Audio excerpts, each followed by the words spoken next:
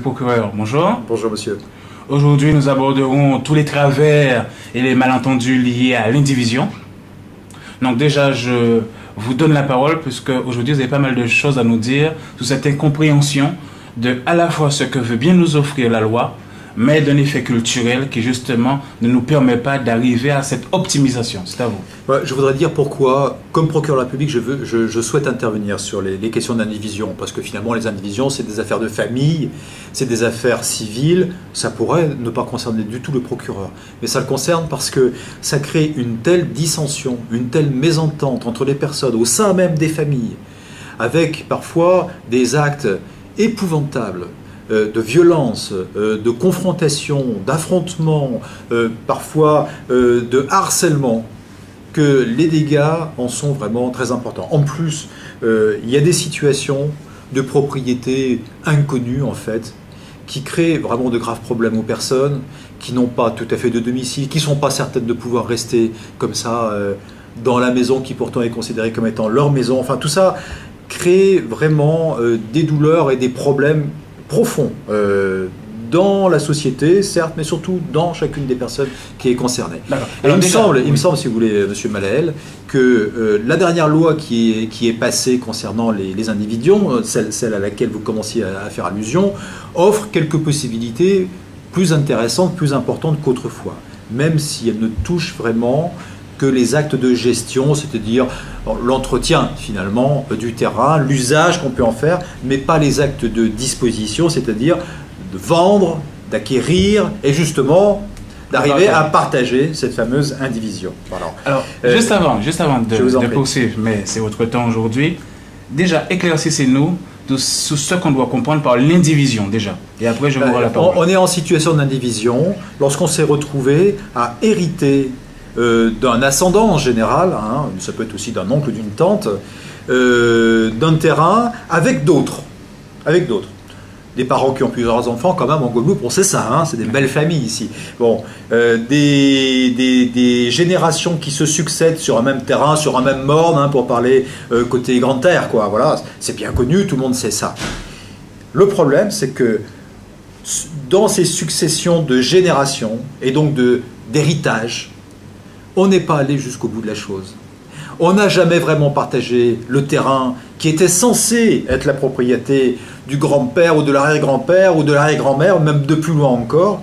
Et on n'est même pas sûr, parfois, que ce grand-père ou cette arrière-grand-mère était effectivement propriétaire du terrain qu'il a bien voulu un jour, peut-être à la fin de sa vie, céder à un tel ou un tel de sa famille. Vous savez, toi, tu pourras mettre ta case ici. Personne ne sait si ça appartient vraiment au grand-père, mais c'est lui qui avait l'autorité dans la famille, on connaît bien ça ici. Donc la case a été construite. Donc ça, c'est ce qu'on appelle le caractère culturel, le côté culturel. Oui.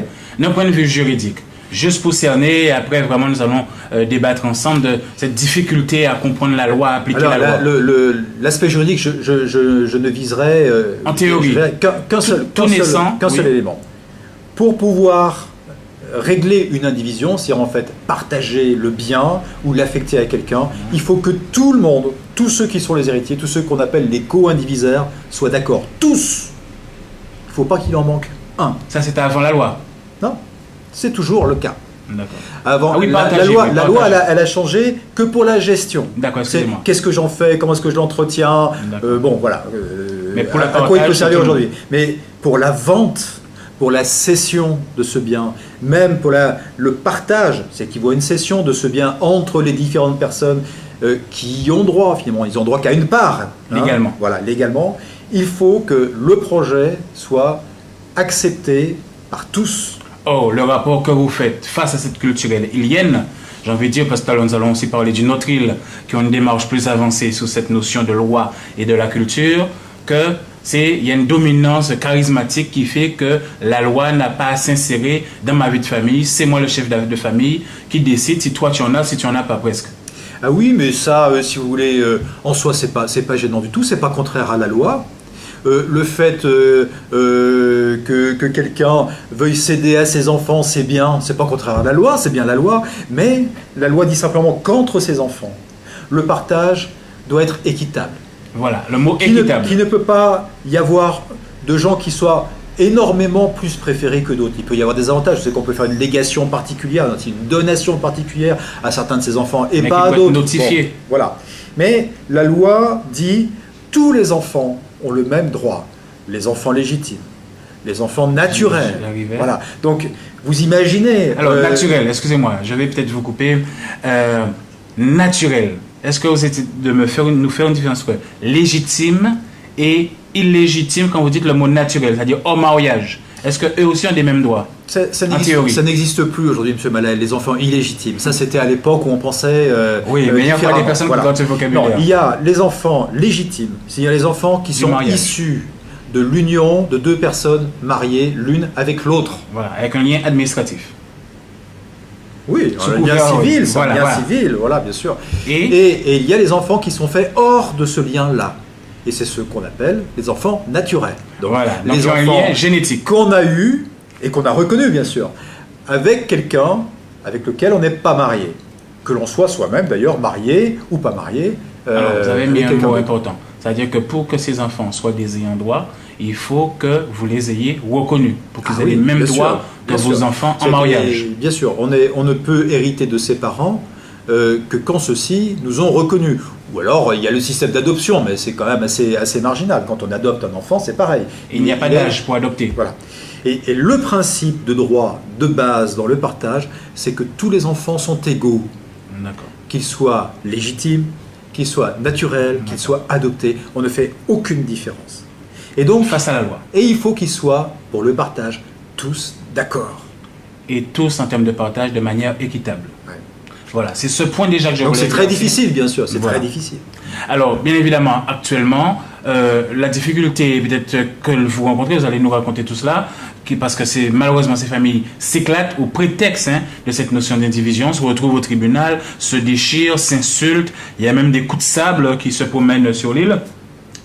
Quand un parent, par exemple, dit « vous ou pas tes gens viennent voir moi », c'est-à-dire toi tu ne venais jamais me côtoyer, me donner le bonjour, me témoigner ton affection d'enfant à parent, donc toi c'est tout à fait naturel que je n'ai pas te donné dans mes morceaux de terre. Légalement ça n'a pas lieu d'être. Dans le monde où nous existons aujourd'hui. Je serais plus nuancé que ça. C'est-à-dire que ceux qui ont des biens à donner en héritage peuvent en donner un peu plus à certains, mais dans des limites qui sont organisées par la loi. C'est-à-dire qu'il y a sous les une part ou une proportion de la richesse de quelqu'un. Il y a une proportion de la richesse de quelqu'un qui ne peut pas être donnée exclusivement à un seul héritier, qui doit forcément être partagée de manière égale entre tous les héritiers. Voilà, c'est comme ça. Mais on peut faire de telle ou telle personne le légataire particulier ou même universel de ses biens. Mais quand il y a plusieurs enfants, il y a un noyau, si vous voulez, dans les biens auquel on ne peut pas toucher parce que la loi dit que tous les enfants ont les mêmes droits. Oui, alors même ceux qui sont préférés par leurs parents. Alors, juste pour des choses qui vous sont évidentes, qui est au quotidien dans le droit, et que d'autres, c'est par rapport à une histoire de rumeur, de tradition de rumeur, qui se flige une idée de la loi, une nouvelle loi, une loi du terrain. Quand vous me dites ça, qu'on peut léguer à un, il faut que ce soit par un acte notarié, c'est pas par le verbe. On décide que... Quand c'est un terrain ou quand c'est un immeuble. Bon, quand c'est un autre bien, de l'argent, du mobilier, un véhicule, un bateau, etc., il n'y a pas besoin, on peut utiliser un notaire aussi, quand c'est un meuble qui a une grande valeur, mais il n'y a pas besoin de notaire. Mais à partir du moment où c'est de la terre, à partir du moment où c'est de la pierre, c'est ça la vraie tradition française, très français ça, le notaire est là et il est obligatoire. Donc c'est à ce moment-là seulement qu'on veut dire qu'effectivement, je revendique avoir été celui nommé comme l'héritier principal, j'ai envie de dire, seulement s'il y a un papier. Alors, comme traditionnellement aussi nous avons des jardins, nous avons aussi des animaux, ça fait pas partie, ça vous allez peut-être bête comme question, mais dites-le nous quand même, c'est de la terre ou pas? Ah bah oui, les jardins c'est de la terre, que je sache. Mais ce qui pousse, je sais bien que certains aujourd'hui essayent de promouvoir la culture hors sol. Bon, mais jusqu'à présent, les jardins c'est dans la terre en Guadeloupe aussi. Et pour les animaux, ils ont un régime particulier parce qu'en général, ils sont attachés à la terre. Je ne vais pas rentrer dans les détails, mais il y a un régime particulier pour les animaux. Ce que je voudrais dire, c'est qu'il y a une autre manière, et tout le monde le sait en Guadeloupe, d'acquérir la terre. L'autre manière, c'est d'avoir eu la jouissance tranquille de ce bien pendant une certaine durée. On connaît ça, c'est 30 ans. Les trentenaires. Mais il ne suffit pas de l'avoir eu. Il faut qu'un tribunal le reconnaisse et déclare de ce fait la personne propriétaire de ce bien. Mais il faut, je rappelle, que cette jouissance soit tranquille, qu'elle n'ait jamais été contestée par qui que ce soit pendant 30 ans, qu'il soit de notoriété de la part de tout le monde que ce terrain, évidemment, ne peut appartenir qu'à cette personne-là. Et dans cette condition-là, oui, effectivement, il peut y avoir ce qu'on appelle une prescription acquisitive de la terre. Alors justement, quand vous dites que pendant ces 30 ans qu'il n'y a eu aucune opposition, si le jour fait des démarches, parce qu'il y a une enquête qui va se faire sur le terrain, de témoignages, etc., et que le jour, parce que vous avez mis en place une démarche de questionnement auprès des personnes, que ce soit sur des motivations de méchanceté, ou de motivations, voilà, maintenant on profite pour dire ce qui est... Quelles que soient les raisons, bien sûr. Est-ce que cette opposition rentre en compte? Parce que vous parliez de tranquillité pendant les 30 ans, ou est-ce qu'on ajoute aussi dans les 30 ans, le jour où on vient faire le constat, comme par hasard, des gens se réveillent? Est-ce que ça aussi, ça ferait une opposition théorique? Comme vous dites, si des gens se réveillent, si des gens viennent prétendre à un moment donné que cette propriété-là, cette maison-là, ce coin-là, ce jardin-là ne vous appartient pas, il n'y a plus de jouissance tranquille. Hein, la jouissance a été troublée. Donc, on change complètement de catégorie. Et la personne qui revendique cette propriété doit à ce moment-là faire elle-même une action en justice pour la revendiquer, hein, pour se la faire reconnaître. Donc là, c'est le tribunal. C'est le tribunal qui va trancher. Alors, monsieur le procureur, en ouverture de cette discussion, donc ce sera plus un échange à ce niveau et un partage de votre vécu de procureur sur l'île. Vous nous disiez que apparemment cette notion qui devait rester simple sur l'indivision est désormais apparemment en termes de bilan une source de conflit. Expliquez-nous ça avant de revenir sur les échanges avec les notaires et l'exemple de la Corse. Oui, alors la situation, pour résumer ce que je disais tout à l'heure, est devenue parfois très très compliquée et très difficile à vivre. On part du notaire dont la propriété est parfois incertaine, qui était partagé entre plusieurs générations successives, selon des décisions qui ont été prises par les uns et par les autres, que tout le monde a respectées, mais qui finalement sont quand même devant la loi toutes plus ou moins contestables. Et plus personne sur ces terres-là ne se trouve en sécurité, c'est-à-dire ne se trouve certaine d'être effectivement propriétaire, et que personne ne puisse venir contester cette propriété.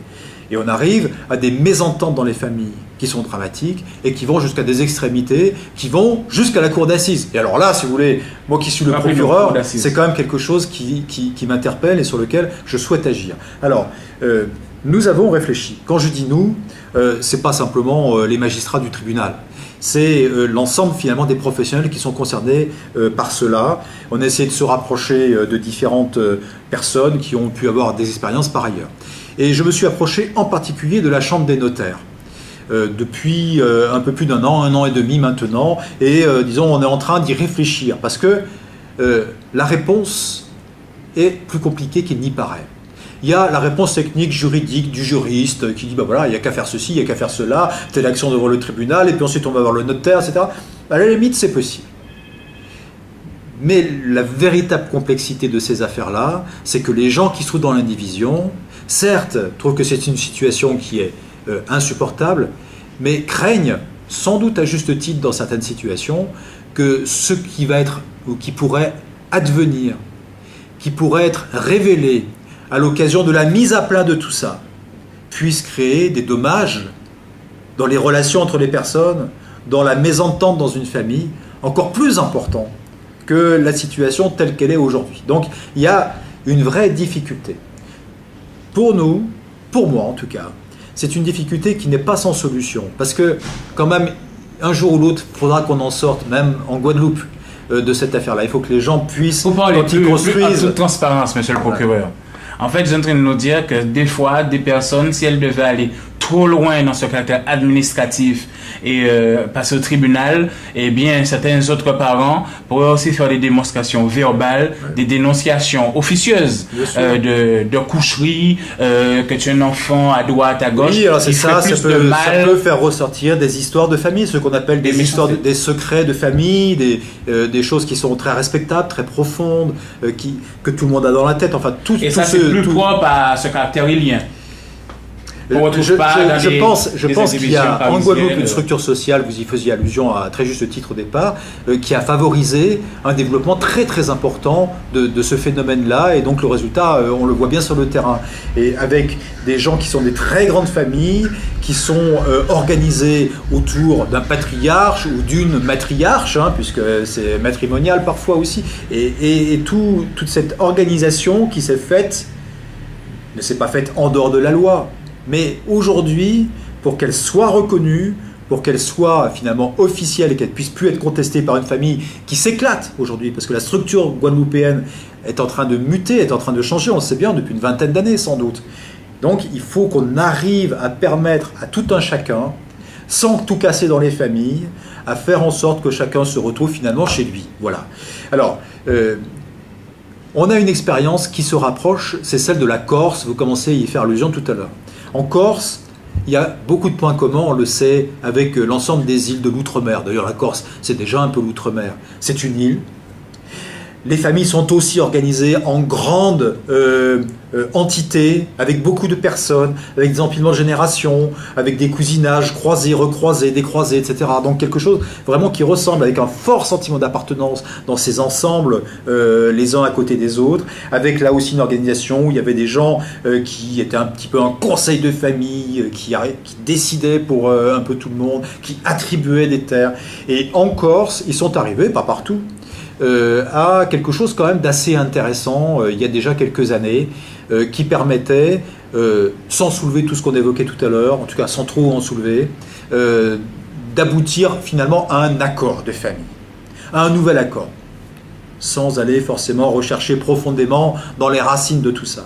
Un nouvel accord qui, à certaines conditions, puisqu'on est dans une indivision qui est organisée, en tout cas qui est organisable, on peut réunir tous ceux qui sont dans la division, à certaines conditions, on peut arriver à quelque chose qui va dire, ben voilà, peut-être qu'on ne sait pas exactement si on empilait les différentes décisions, ce qu'il adviendrait, mais finalement, ce qu'on veut, au final, c'est arriver à tel résultat.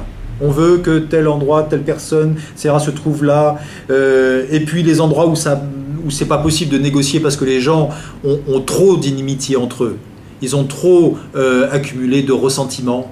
Bon, ben là, on va laisser. Mais il ne faut pas que ça empêche tout le reste de pouvoir quand même s'arranger, vous voyez. Et donc, peut-être progressivement, peut-être aussi en laissant passer les années et peut-être les générations, il faut bien dire. Donc, c'est un travail à long terme qui est bien au-delà de moi, qui est bien au-delà de vous, monsieur Malen, pardonnez-moi, mais c'est au-delà d'une génération, ça, parfois.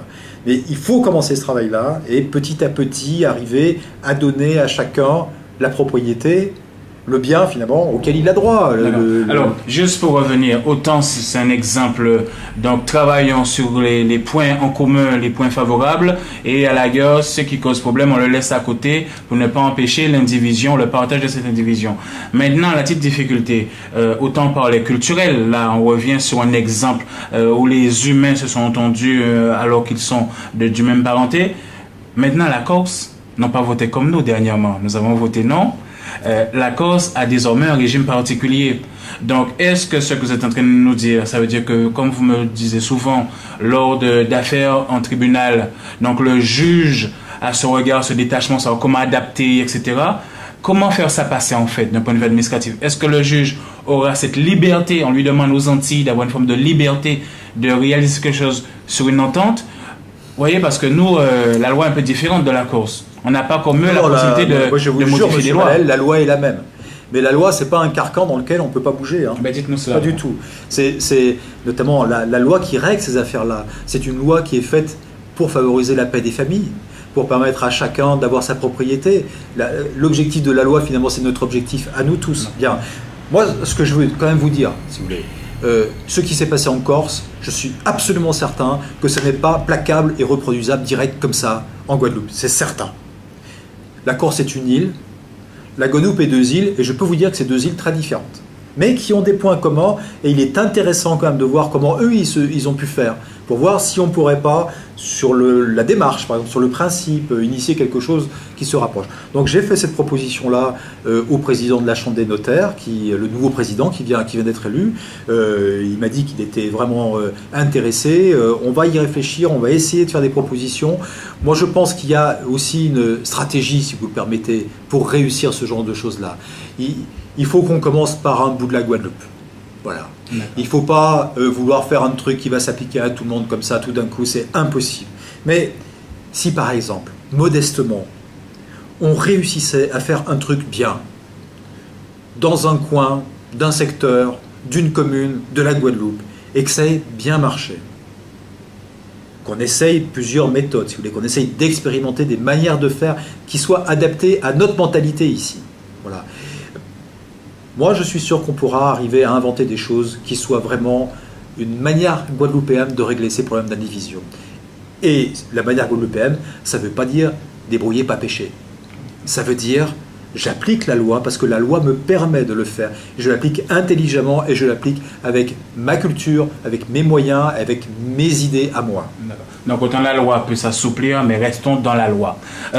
Juste avant de vous donner le mot de conclusion sur ce dernier conseil, redonnez-nous peut-être, pour ceux qui l'ignorent, qui ont du mal à s'imaginer que dans les tribunaux, des familles viennent se diviser, alors que la notion d'indivision, c'est ce principe inéluctable d'association par la naissance ou par choix. Deux cas récurrents qu'il est malheureux de voir dans un tribunal ou qui vous ont choqué humainement parlant, alors que ça aurait pu être résolu simplement, mais des fois on s'emporte et ça gâche tout. Juste deux exemples et un conseil en conclusion. Oui, moi, les exemples qui me restent en mémoire, c'est essentiellement des coups de sabre, des coups de fusil, avec des conséquences parfois mortelles. Voilà. Alors, quand on regarde ce qui s'est passé dans ces affaires-là, je ne veux pas faire quelque chose de trop général, mais quand même, il y a des points tellement communs. On s'aperçoit que c'est des vieilles histoires qui peut-être auraient pu être résolues, vraisemblablement au moment où elles sont apparues, mais elles sont restées, elles se sont enquistées, elles se sont amplifiées par la rumeur dans une famille. Quand je dis une famille, c'est la famille très large, on est d'accord, c'est vraiment la famille guadeloupéenne, très large. Bon, voilà. On a des familles de plusieurs centaines, voire plusieurs milliers de personnes ici en Guadeloupe. Bon, on ne choisit pas son cousin, on ne choisit pas son frère ou sa sœur, ils sont ce qu'ils sont, on peut ne pas être d'accord avec eux, tout le monde sait ça. Et la confrontation entre toutes ces personnes qui certes sont du même sang, de la même famille, de la même origine, peut être excessivement violente, peut-être même d'autant plus violente qu'ils sont d'autant plus proches. Voilà.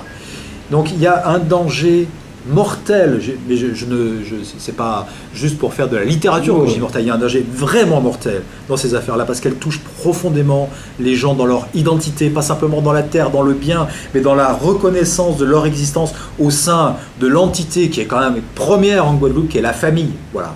Si moi, je n'ai plus droit à pouvoir rester dans cette case-là, ou sur ce terrain-là, à pouvoir mettre mes bœufs à tel endroit, c'est que moi, on nie le fait que j'appartienne à la famille, je n'existe plus. Je ne suis plus reconnu comme étant un homme ou comme étant une femme respectable. Et ça, c'est insupportable et on part dans des extrémités extraordinaires de comportements violents. Monsieur le procureur, je ne vous demanderai pas plus d'une minute, vous en avez déjà fait plus que prévu. Vous m'avez dit, à d'autres occasions, avoir déjà eu l'expérience d'autres îles.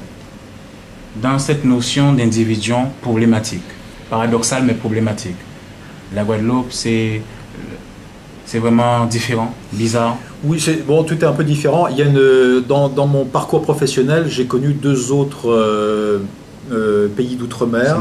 Il y avait d'une part, il y avait Tahiti, enfin la Polynésie française. Très grave problème de terre en Polynésie française. Peut-être plus difficile qu'ici parce que le problème c'est que dans la tradition polynésienne, on n'est pas propriétaire de la terre. La terre, elle est la propriété de tous. Et tout d'un coup, ces gens, sous la pression, il faut bien dire culturelle, occidentale, américaine, etc., ont vu que leur morceau de sable sur l'atoll de Grand-Irois, il valait énormément d'argent.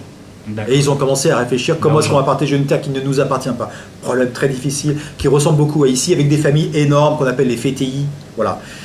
À La Réunion, puisque c'était aussi un lieu où j'ai exercé, j'ai pas eu l'occasion, parce que j'étais juge d'instruction à La Réunion, vraiment de m'intéresser aux problèmes de terre. Mais c'était aussi un problème lourd et récurrent, mais un petit peu différent d'ici parce que la composition de la société réunionnaise est quand même très différente de celle de la Guadeloupe. Plus éclairé. Voilà, avec des communautés qui sont équilibrées numériquement, qui ont des spécialités, je dirais même presque professionnelles. Donc ça tempère. D'accord.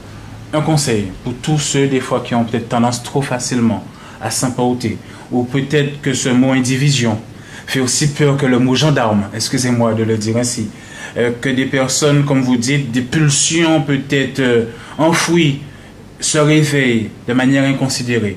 Si un procureur a l'opportunité de s'adresser à ces personnes qui sont en cours, qui pensent, qui sentent que bon, faudra passer par là, quel est le mot que vous pourriez leur dire en sachant que ces personnes vous écoutent aujourd'hui? Guadeloupe, Martinique, Guyane. Eh bien, moi je dis, il y a toujours une porte de sortie. Je dis pas ça parce que j'y crois, comme si c'était un acte de foi. Il y a toujours une solution. Voilà. Il ne faut pas penser qu'il n'y a pas d'avenir, il ne faut pas penser que c'est foutu, qu'il n'y a rien à faire dans une situation, notamment une situation complexe familiale, dans une indivision. Il y a toujours une solution. Elle se résoudra pas peut-être comme ça, en 5 minutes, peut-être pas en 10 ans, peut-être pas en 30 ans, monsieur Malaël. Mais il y a une solution, et en attendant, on peut quand même trouver les moyens de vivre ensemble, et ça, la nouvelle loi le permet, puisque je vous rappelle qu'elle règle quand même la question de la gestion des terres, de leur utilisation, de leur affectation. Donc elle donne les moyens, si vous voulez, de prendre le temps de régler le problème de la propriété, sans pour autant compromettre l'avenir et l'espoir finalement des uns et des autres, notamment de ceux qui se trouvent grugés ou qui pensent avoir été grugés ou frustrés dans une affaire. Voilà, comme vous dites, le mot penser des fois a plus d'effet que la réalité. Donc juste pour ceux qui nous regardent et nous écoutent, je rappelle que la loi que nous citions, c'est la loi du 23 juin 2006, donc il y a autant des procédures qui étaient applicables avant que depuis le 23 juin 2006.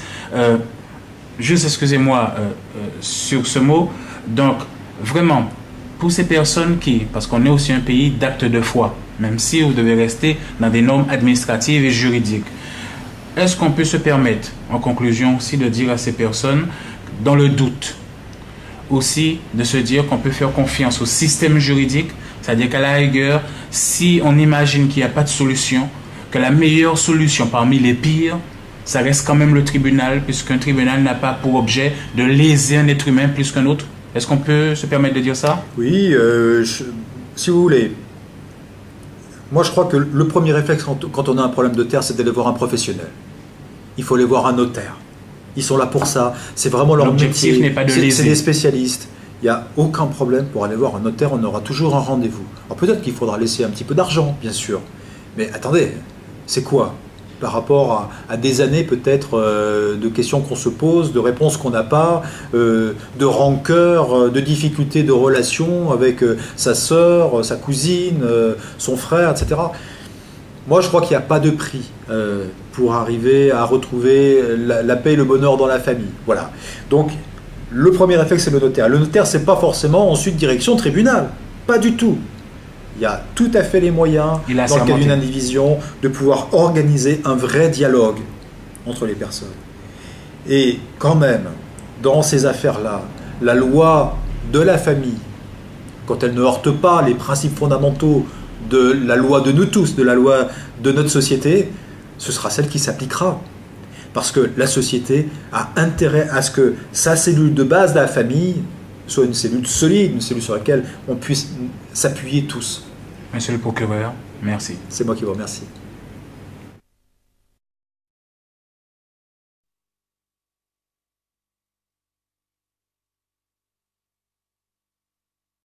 Qui était censé être la propriété du grand-père ou de l'arrière-grand-père ou de l'arrière-grand-mère, même de plus loin encore.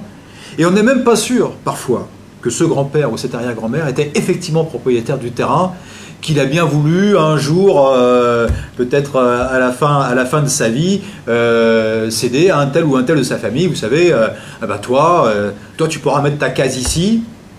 Personne ne sait si ça appartient vraiment au grand-père, mais c'est lui qui avait l'autorité dans la famille. On connaît bien ça ici.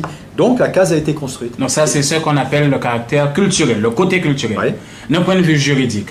Juste pour cerner, et après vraiment nous allons débattre ensemble de cette difficulté. Une telle mésentente entre les personnes au sein même des familles, avec parfois des actes épouvantables, de violence, de confrontation, d'affrontement, parfois de harcèlement, que les dégâts en sont vraiment très importants. En plus, il y a des situations de propriété inconnue, en fait, qui créent vraiment de graves problèmes aux personnes, qui n'ont pas tout à fait de domicile, qui ne sont pas certaines de pouvoir rester comme ça dans la maison qui pourtant est considérée comme étant leur maison. Enfin, tout ça crée vraiment des douleurs et des problèmes profonds dans la société, certes, mais surtout dans... Division, déjà. Et après, je vous rends la parole. On est en situation d'indivision lorsqu'on s'est retrouvé à hériter d'un ascendant en général, hein, ça peut être aussi d'un oncle, d'une tante, d'un terrain avec d'autres. Des parents qui ont plusieurs enfants, quand même, en Guadeloupe, on sait ça, hein, c'est des belles familles ici. Bon, des générations qui se succèdent sur un même terrain, sur un même morne, hein, pour parler côté Grande Terre, quoi. Voilà, c'est bien connu, tout le monde sait ça. Le problème, c'est que dans ces successions de générations, et donc d'héritage, on n'est pas allé jusqu'au bout de la chose. On n'a jamais vraiment partagé le terrain, chacune des personnes qui est concernée. Et il me semble, si vous voulez, Monsieur Malael, que la dernière loi qui est passée concernant les indivisions, celle à laquelle vous commenciez à faire allusion, offre quelques possibilités plus intéressantes, plus importantes qu'autrefois, même si elle ne touche vraiment que les actes de gestion, c'est-à-dire l'entretien finalement du terrain, l'usage qu'on peut en faire, mais pas les actes de disposition, c'est-à-dire de vendre, d'acquérir et justement d'arriver à partager cette fameuse indivision. Alors, juste avant de poursuivre, mais c'est votre temps aujourd'hui, déjà éclaircissez-nous sur ce qu'on doit comprendre par l'indivision. Procureur, bonjour. Bonjour monsieur. Aujourd'hui, nous aborderons tous les travers et les malentendus liés à l'indivision. Donc déjà, je vous donne la parole puisque aujourd'hui, vous avez pas mal de choses à nous dire sur cette incompréhension de à la fois ce que veut bien nous offrir la loi, mais d'un effet culturel qui justement ne nous permet pas d'arriver à cette optimisation. C'est à vous. Ouais, je voudrais dire pourquoi, comme procureur de la République, je souhaite intervenir sur les questions d'indivision, parce que finalement les indivisions, c'est des affaires de famille, c'est des affaires civiles, ça pourrait ne pas concerner du tout le procureur, mais ça le concerne parce que ça crée une telle dissension